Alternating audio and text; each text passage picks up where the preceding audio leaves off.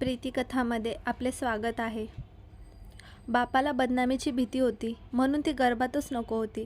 कारणही तसेच होते. तिची आत्या घरातून पळून जाऊन आंतरजातीय झाली होती. आजोबांनी खोट्या मानपान प्रतिष्ठेसाठी आत्महत्या केली होती. आता त्यांना घरात मुलगी नको होती. घरात पत्नी व सून हवी होती पुढे वंशवेल वाढवायला. पण मुलगी आणि बहीण कदापिही नको होती. घरातील पुरुषाने बाहेरखालपणा केला तरी चालेल. त्याने एक सोडून अनेक लग्न केली तरी चालतील. कारण ते पुरुष होते. त्यांचे नियम त्यांनी त्यांच्या फायद्यासाठी त्यांनी रीतसर बनवले होते. ते पराक्रमी होते. त्यांच्या पिढ्यांचा उद्धार ते करणार होते. मुलगी घरात जन्माला येईल आणि दुसऱ्याच्या पिढ्या उद्धारायला जाईल. पुन्हा तिने बाहेर शेण खाल्लंस तर किती बदनामी. पुरुषाने शेण किती खाऊ द्या, कारण त्याने जरी शेण खाल्लं तरी तिच्या जोडीला खाल्लंय ना, तीच दोषी. हा तर पुरुष आहे. हा एक ना एक अनेक कारणांनी मुलगी नको होती.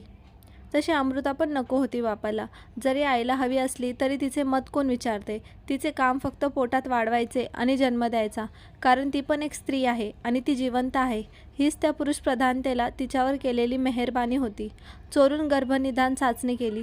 त्यातही दिसलं बापाला. मग प्रयत्न झाले हिचे अस्तित्व विश्वास घेऊ नये. डॉक्टरांनी नकार दिला गर्भपाताला. मग अनेक रामबाण औषधांचा वापर केला. पण नकळत विसरले की रामबाण निरापराधाला वधायला नव्हताच कधी.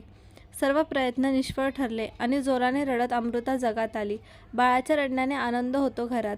पण निराश होऊन बापाची मान खाली गेली.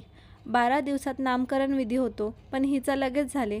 बाप म्हणाला, काय पाप केले मी म्हणून ही अवदसा माझ्या घरी जन्माला आली. अवदसा का तर मोठी झाल्यावर वाकडे पाऊल पडेल, आपली बदनामी होईल. याच नाहक भीतीने अनेक कळ्या फुलण्या अगोदरच गर्भातच खुडल्या गेल्या. पण अमृताचे नशीब की ती जन्माला येऊ नयेत म्हणून बापाने प्रयत्न केले. पण तरीही तिचा शेवटी जन्म झाला. रूढी परंपरा जगाच्या लाजेने पाळायच्या म्हणून मग 5वी बारसं झालं. बारशाला कोणीतरी अमृता नाव सुचवलं. पण तिची आजी तिला आवाज देताना हे अवदशे अशीच बोलायची. तिला अवदसा म्हणजे काय हे सुरुवातीला माहीतच नव्हते. जसे त्या शब्दाचा अर्थ माहीत झाला ती दुःखी झाली. पण तक्रार करायची कुणाकडे. येथे कुंपणच शेत खात होतं. लहान असल्यापासूनच तिच्यावर निर्बंध लादले गेले. मुलीच्या जातीने जास्त खिदलायचे नाही, उड्या मारत फिरायचे नाही, परक्या माणसाबरोबर बोलायचे नाही, 7च्या नंतर घराबाहेर पडायचे नाही, कपडे संपूर्ण अंगभर वापरायचे. गावात 7वीपर्यंत शाळा होती. 7वीला चांगल्या गुणांनी पास झाली. पण पुढे शिकायला पाठवली नाही. तिकडे तिने काही केले तर तिचा बाप नावाचा प्राणी हा एकनी एक दक्षता घेत होता. आता ती वयात आली आणि जणू जिजाकर तिच्यावर लादला गेला. तिचा अनेक जाचक अटींच्या वाढ झाली. जवळजवळ घराच्या बाहेर पडणे मुश्किल होऊन गेले. पुरुषांशी बोलणे तर दूर, तिच्या मैत्रिणीबरोबर बोलणे पण कमी झाले. एक दिवस धनंजय पाहुणा म्हणून तिच्या गावात आला. भारतीय लष्कर सेवेत असणारा. त्याची आत्मा तिच्या गावात राहत होती. गावात सहज फेरफटका मारत असता अमृताची आणि धनंजयची नजरानजर झाली. तिने लगेच नजर बाजूला फिरवली. आता समोरून तो निघून गेला असेल म्हणून तिने वर मान करून पाहिले तर तिच्याकडे एकटक पाहत होता. पुन्हा नजरानजर झाली आणि ही तिथून निघून गेली. कारण न कळत नयनबाण दोघांच्या हृदयात घुसले होते. धनंजयला ती मनातून आवडली होती. मित्राकडून चौकशी केल्यावर समजले की तिच्या घरातील वातावरण तिच्या किती आणि कसे विरोधात आहे. लक्षरातला धनंजय आणखीनच तिच्या प्रेमात पडला. ती दिसावी म्हणून धडपडू लागला. अमृतालाही धनंजयला बघावे असे सारखे वाटत होते. अनेक दिवसाच्या एकमेकाच्या पाहण्यात किती दिवस घालवायचे म्हणून त्याने तिला भेटायचे ठरवले. पण ते सहज शक्य नव्हते. हिला तर घरातून बाहेर निघायची चोरी होती. आता जे होईल ते होऊन जाऊ दे असा विचार अति त्याने तिला निरोप देऊन भेटायला बोलावले. भेटण्याचे ठिकाण गावातील नदी आणि वेळ संध्याकाळची. कारण तिथे कोणी नसणार. पण कुणालाही जोडीला न घेता धनंजय नदी किनाऱ्याला जाऊन तिची वाट पाहत होता. हाताच्या बोटांनी ती येईल असे लिहित होता. पण ती नक्की येईल का? मनात ह्या प्रश्नाने खळबळ माजवली होती. त्याला सहज येणे शक्य होते. पण तिला अनेक अडथळे पार करायचे होते. काहीतरी खोटं सांगायचं होते घरात. मग हळूच सर्वांच्या नजरा चुकवून त्याला भेटायचे होते. पण तिने त्याला भेटायचे निश्चित केले होते आणि ती मैत्रिणी आजारी आहे, मला बऱ्याच दिवस भेटली नाही हे कारण सांगून घरातून बाहेर पडली. लपत-छपत नदीच्या दिशेने निघाली. धनंजय तिची वाट पाहत होता. एव्हाना त्याला घेऊन 2 तास उलटून गेले होते. अंधाराने बऱ्यापैकी बालसे घातले होते. शेवटी निराश होऊन तो उठला आणि जायला निघाला. त्याची घोर निराशा झाली होती. काही अंतर तो चालला आणि पुन्हा विचार करू लागला. आपण निघून गेलो आणि ती जर आली तर तिच्या नजरेत आपण उतरून जाऊ. धनंजय लगबगीने पुन्हा माघारी येऊन बसला. 10-15 मिनिटं झाली असतील आणि त्याच्या कानावर पैंजणांचा मंजूळ स्वर पडला. तिच्या येण्याने जणू पाणी त्याला थरथरल्यासारखे वाटले. तो सर्वोच्च आनंदाने मनात भरला होता. युद्धात शत्रूवर विजय मिळाल्यावर जसा आनंद होतो तशी त्याची अवस्था झाली आणि देहभान हरवून नाचावे असे त्याला वाटत होते. ती मंजूळ पावलांनी येऊन त्याच्या शेजारी बसली. तो तिला आणि त्याला निरखित होती, पण त्यांना अंधाराने तो आनंद घेऊ दिला नाही. पण दिवसा एकमेकाला चोरट्या नजरेने पाहिलेले रूप समोर होतेच. तिचे बोलके डोळे त्याला बरेच काही सांगून गेले होते. खऱ्या प्रेमाला हेच वरदान असते. अबोल म्हणा किंवा मुके शब्द म्हणा, तरी डोळे एकमेकाशी मनसोक्त बोलत असतात. त्यांनी अगोदरच एकमेकाच्या डोळ्यातून संवाद साधला होता. आता फक्त एकमेकाला दोघांचा आवाज ऐकवायचा होता. पुढाकार घेऊन धनंजयने तिचा हात हातात घेतला आणि आयुष्यातील पुरुषाचा स्पर्श तिने पहिल्यांदा अनुभवला. त्या स्पर्शात आपलेपणाच्या भावनेचा तिला अनुभव झाला. सर्वांगात एका वेगळ्या चैतन्याचा जणू तिच्यात समावेश झाला होता. धनंजयने विचारले तिला, सखे, मला तुझे नाव ज्ञात आहेत, पण ते तुझ्या मुखातून ऐकायचे आहे. अमृताची गात्र थरथरत होती. आता कुंदहवनेनेही आपली मुजोरी सुरू केली होती. शब्द सहज उमटायला तिला सायस पडत होते. अमृता, तो जगातला पहिला आवाज होता ज्यात कंप होता, पण त्याने हृदय द्रावले होते. सिनियरचा पहाडी आवाज आणि त्याला प्रतिक्रिया देताना याच पहाडी आवाज असायचा. पण आजचं सौम्य आणि मितभाषी आवाजात संवाद घडत होता. त्याने तिचा हात सर्वोच्च प्रेमाने हळूवार आवरला, नाजूक चुंबन घेऊन घेतले. तो हात तसाच घेऊन हृदयाशी कवटाळला. अमृताला पुरुषाकडून असे प्रेम प्रथमच लाभत होते. नकळत तिच्या डोळ्यात अश्रूंचा पूर दाटला. याने विचारले तिला, काय झाले प्रिय, का रडतेस? आयुष्यातला मला असे प्रेम प्रथमच लाभते आहे. आयुष्यात आजपर्यंत अपमानकारक वागणूकच मिळाली. एवढे प्रेम कधी मिळाले नाही आणि मिळेल याची शाश्वती नव्हती मला. नकळत त्याने तिला कवेत घेतले आणि ती ओक्साबक्ष रडत होती. जणू तो बापाच्या मायेने तिला पाठीवर थोपटून गप्प करत होता. आता नकळत कुंद हवेची मुजोरी थांबली होती. ती स्वैर अनामत झाली होती आणि तो प्रेम काफिया जणू त्याला तिच्या लहानपणापासूनची माहिती मिळाली होती. नकळत त्याची नदी, कुंद हवा, आकाश व आकाशातील चंद्राला साक्षी मानून एकमेकाला पतीपत्नी म्हणून स्वीकारले होते. समाज मान्यता असावी हा आग्रह दोघांचा नव्हता. विवाहानंतर जे पुरुष आणि स्त्रीत घडते ते विवाहपूर्व अमृता आणि धनंजयमध्ये नकळतच घडून आले, कारण दोघं संपूर्णपणे जगाला विसरले होते. त्यांनी तिथे जन्मजन्माच्या संगतीचा आणाभाका घेतल्या. पुढच्या सुट्टीत तो तिला समाज मान्यता अर्धांगिनी बनवणार होता. आज ती खूपच आनंदी होती. नकळत स्वतःच्या पायांनी नदीच्या पाण्यात असलेल्या चंद्राला ती नाचवत होती. तिच्या आनंदात विरजण पडायला नको म्हणून तो चंद्रही नाचत होता. अमृता आणि धनंजय दोघे एकमेकाच्या सहवासात एवढेही वाढत गेले की रात्र अर्ध्यावर येऊन ठेपली. धनंजयच्या लक्षात आले खूपच उशीर झाला होता. आता निघायला हवे. दोघे एकमेकाचे निरोप घेऊन निघाले. दुसऱ्या दिवशी संध्याकाळी 7 वाजता ते भेटणार होते. न चुकता. इकडे अमृताच्या घरातील वातावरण अतिउष्ण झाले. रात्रीचे 12 वाजले होते. 4:30ला मुलगी घरातून गेली होती. बापाने आईला शिव्या देता देता मारझोड केली होती.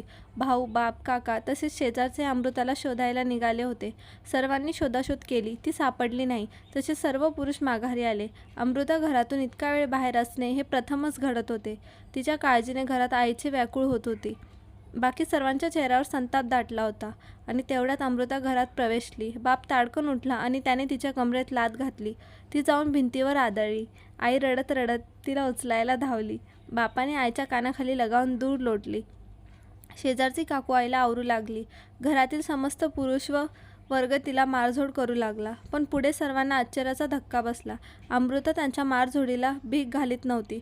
जणू ती अमृतापासून अमर झाली होती. तिच्या चेहऱ्यावर आनंदी भाव होता. हा साऱ्या घडणाऱ्या प्रकाराची तिला पूर्वकल्पना होती. ती समयाशी सादर झाली होती. मारझोड करणारे हात शरमले. सर्वांनी निष्कर्ष काढला, हिला भूत झोंबले आहे. स्त्रियांना भूत झोंबण्याचे प्रकार तसेही पुरुषाच्या मनात जास्त असते. याचे कारण विज्ञानाने शोधले आहे. पुरुषांच्या मनात स्त्रियांवर अत्याचार जास्तच झाले आहेत. तिच्या मनातील अव्यक्त भावना दबल्या जातात. त्यातून येणाऱ्या मानसिक रुग्णतेला भूत झोंबल्याच्या नावावर खपवले जायचे. अमृतालाही भूत झोंबले होते, पण ते प्रेम भूत होते, धनंजय नावाचे.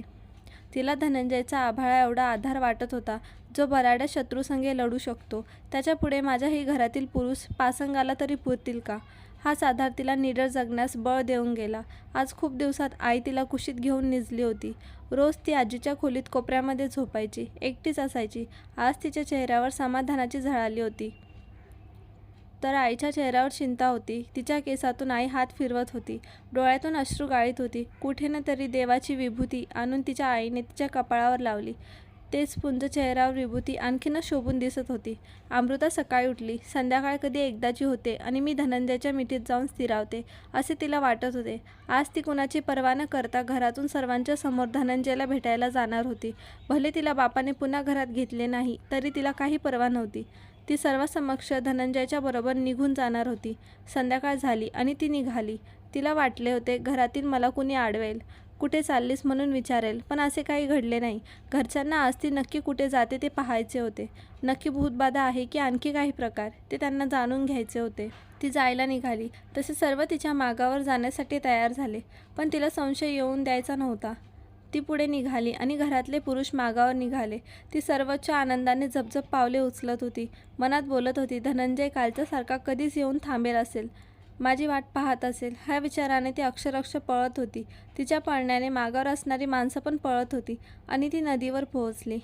पण धनंजय तिथे नव्हता. ही सैरावैरा नदीच्या काठावर धावत होती. धनंजयच्या नावाने टाहो फोडत होती. खूपच आक्रोश करीत होती, पण धनंजय आलाच नाही. तेवढ्यात 8-10 टॉर्च उजेडा तिच्या अंगावर पडला. आक्रोश करून छाती पिटून काळत दुःखाश्रूंनी ती जमिनीवर कोसळली. अनेक टॉर्चेस उजेड शोध घेत होते. आजूबाजूला काही आहे का ते पाहत होते आणि त्यांची 100% खात्री झाली की हिला भूतबाधा झाली आहे. रात्री धनंजय अमृताला भेटून निघाला. तो पण आज खूपच आनंदात होता. त्याला खरं प्रेम मिळाले होते. अमृतासारखी मुलगी त्याच्या नशिबात आली होती. सध्या राहणीमानात त्याला अमृताच्या रूपात अमृतच लाभले होते. नैसर्गिक साधे राहणीमानातून खऱ्या सौंदर्याची त्याने पारख केली होती. तो आत्याच्या घरी पोहोचला. त्याची वाट पाहत त्याचा भाऊ येऊन थांबला होता. त्याच्या नावाने तार आली होती आणि रजेवर असणाऱ्या सैनिकांना हजर व्हायला सांगितले होते. सीमेवर युद्धजन्य परिस्थिती निर्माण झाली होती. त्याला सकाळी घरून तात्काळ निघायचे होते. प्रत्येक सैनिकाला भावनांचा त्याग करावाच लागतो आणि धनंजय त्याला अपवाद कसा ठरणार. तो निघून गेला सीमेवर. इकडे अमृता नजरकैद आली. आता भूतबाधा दूर होईपर्यंत तिला घरातून बाहेर निघता येणार नव्हते. आता धनंजयच्या आठवणीत ती दिवस कंठित होती. निसर्गाने त्याची कामगिरी चोख बजावली. धनंजयच्या प्रेमकुरांचे हिच्या गर्भात गुंजून सुरू झाले. हिला समजले नाही, पण हिच्या आईने अनुभवाने जाणले. अमृतावर अजूनपर्यंत हात न उचलणाऱ्या आईने प्रथमच तिच्यावर हात उचलला. बोल घुबडी, कुठे शेण खाऊन आलीस? बापांनी जन्माला आल्यावर तुझं अवदसा नाव ठेवलं, त्याच नावाचे पांग फेडलेत. आणि आई अक्षरशः रडायला लागली. हिच्याही लक्षात आले. त्या दिवशीच्या विश्वाला विसरून एकमेकाच्या भावपाशात आपण गुन्हा करून बसलो. ती गप्प होती. धनंजय भेटला नव्हता. तसा तो गावात पाहुणा होता. त्याने आपला फक्त वापर तर केला तर नसेल ना.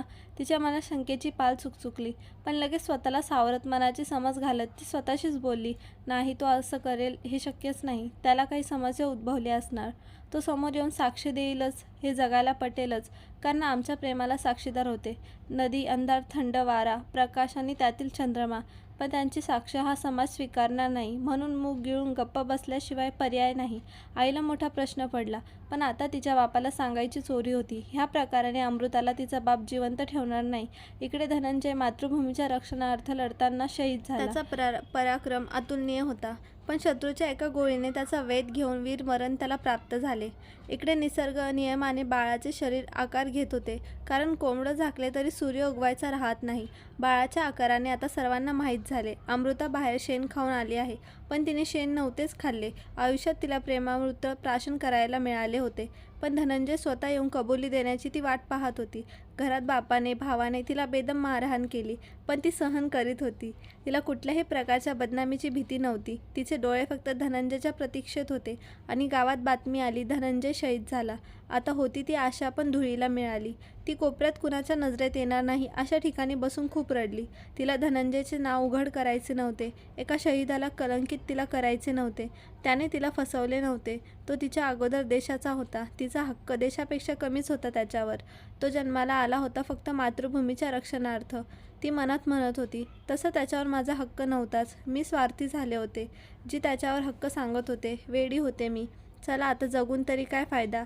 असेल आत्महत्या करणं पाप, पण आज ते पाप पण मला पुण्यापेक्षा कमी नाही, कारण मला बाळाला जन्म देऊन एका शहीदाला कलंकित करायचे नाही. आणि ती घरातून निघाली नदीच्या दिशेने. त्या दोघांच्या प्रेमाचे जे साक्षीदार होते त्यांच्या समक्ष तिला शहीदाला न्याय द्यायचा होता. ती नदीच्या डोहावर पोहोचली आणि डोहात उडी घेण्याअगोदर मनात विचार आला, तसेही आपल्याला जीवन संपवायचे आहेच, मग एक वेळे शेवटचं धनंजयच्या पार्थिवाचे दर्शन तरी घेऊया आणि मग मृत्यूला कवटाळायला आपण मोकळे. ती धनंजयच्या गावी निघाली. धनंजयने पार्थिव अजून आले नव्हते, पण कित्येक हजारोचे जनसमुदाय तिथे उपस्थित होते त्याला निरोप द्यायला. एवढा जनसमुदाय बघून गर्वाने तिची छाती फुगली. तेवढ्या धनंजयचे पार्थिव आले. ठिकठिकाणी स्क्रीन लावल्या होत्या, त्यावर धनंजयचे पार्थिव दर्शन सुरूजण घेत होते. अमृतानेही पार्थिव दर्शन घेतले आणि डोळे पुसून ती वळली. आता तिला तिच्या कायेचे विसर्जन करायचे होते. आणि ध्वनीपेक्षाद्वारे एक आवाज तिच्या कानावर आला. ती थांबली व आवाजाच्या दिशेने पाहू लागली. मेरे प्यारे भाइयों और बहनों, कृपया ध्यान दीजिए. मेरे हाथ में शहीद वीर जवान धनंजय की यह लिखी डायरी है. इसमें उन्होंने यह लिखा है कि मैंने अमृता नाम की लड़की से प्यार किया है, वह मेरी दुल्हन है. जग छोड़ने के पहले हम एक रात साथ में थे. मैं अगर खून की चादर लपेट के भारत माता की गोद में हमेशा के लिए सो गया तो मेरे पार्थिव पे उसे रोने से कोई नहीं रोके. आवाज ऐकून अमृता पार्थिवाच्या दिशेने धावली. तिला धनंजयने न्याय दिला होता आणि ती त्याच्या पार्थिवावर पडून रडत होती. उपस्थित समुदायाला अश्रू अनावर झाले. कथा आवडली असेल तर व्हिडिओला लाईक करा आणि चॅनलवर नवीन असाल तर सबस्क्राईब करा. धन्यवाद.